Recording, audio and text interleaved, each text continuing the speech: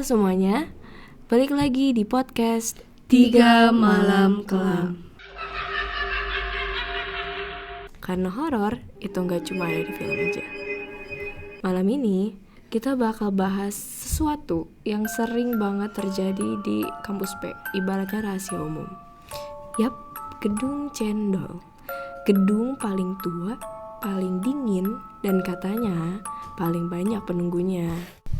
Kalau kalian anak kampus P, pasti tahu banget kan gedung yang satu ini.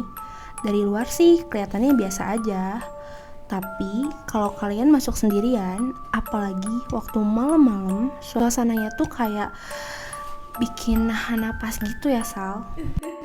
Iya serius, gedungnya tuh 2 lantai. Dan lantai 2-nya tuh terkenal banget sepinya. Katanya sih dulu tuh ada ruang kelas yang ditutup permanen karena pernah ada kejadian aneh. Bahkan petugas kebersihan pun jarang banget naik ke atas.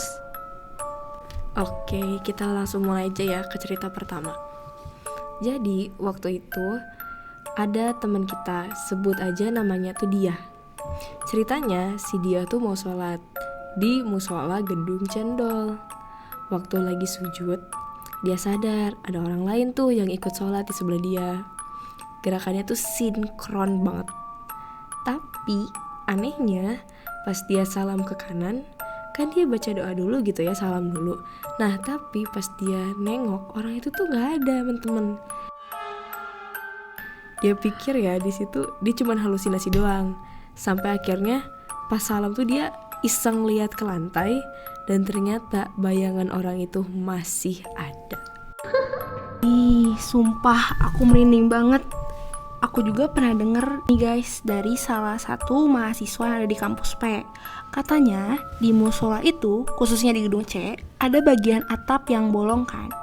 Nah, ada salah satu mahasiswa yang lagi sholat, terus dia ngerasa kayak ada yang ngintip dari atas nih. Pas dia nengok pelan-pelan, kepala.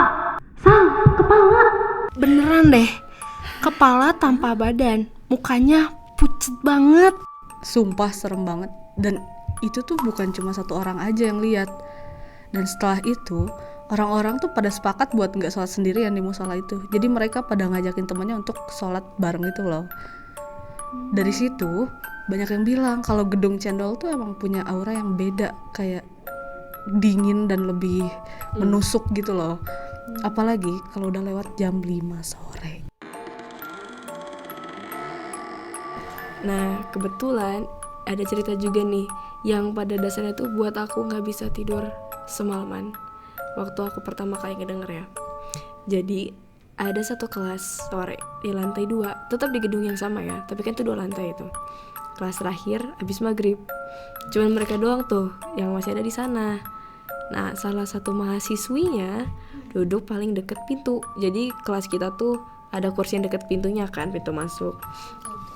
Nah pintunya tuh kebuka sedikit karena kan pengap ya, belum ada AC. Terus kan, lorong luar tuh gelap banget tuh. Cuman cahaya dari kelas dia aja yang nyala. Nah pas dia nengok ke arah pintu, katanya ada kepala terbang. Entah itu kuyang atau apa. Kepala terbangnya tuh melayang pelan dari luar. Dan matanya tuh langsung ngeliat ke arah dia. Dan ya, of course dia langsung kehilangan kesadaran dan langsung jatuh pingsan di tempat itu guys. Dan yang lebih serem, besoknya tuh dia langsung demam tinggi gitu guys. Dan the worst part is dia gak bisa ngomong selama 2 hari akibat kejadian itu. Kayak badannya tuh nolak buat dia cerita ulang kejadian itu gitu loh. Nah tapi ternyata bukan cuma di gedung cendol aja, ada juga kejadian serupa tapi di gedung ayam yang biasanya tuh dipakai bersama. Jadi ada gedung yang dipakai bersama yang mana itu tuh campuran lah isinya anak dari jurusan lain, prodi lain dan sebagainya. Dan kelasnya tuh modelnya kayak auditorium. Iya, bener banget Ji. Dan waktu itu mereka kan emang lagi kelas maghrib juga nih.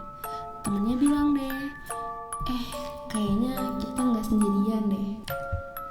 Temennya yang ngedapetin itu dia reaksinya bingung. Hah? Maksud lo?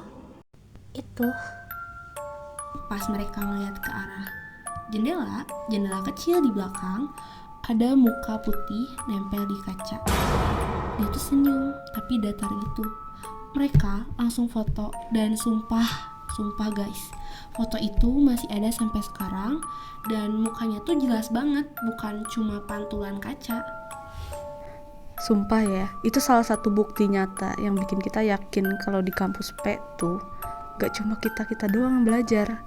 Ada mereka juga yang ngeliatin kita dari jauh. Terakhir nih, cerita di parkiran. Ada temen yang ikut acara himpunan sampai malam lah seperti biasa. Nah pas pulang, parkiran kan udah sepi banget gitu ya posisinya. Terus ya ada 3 motor doang lah di lantai pertamanya.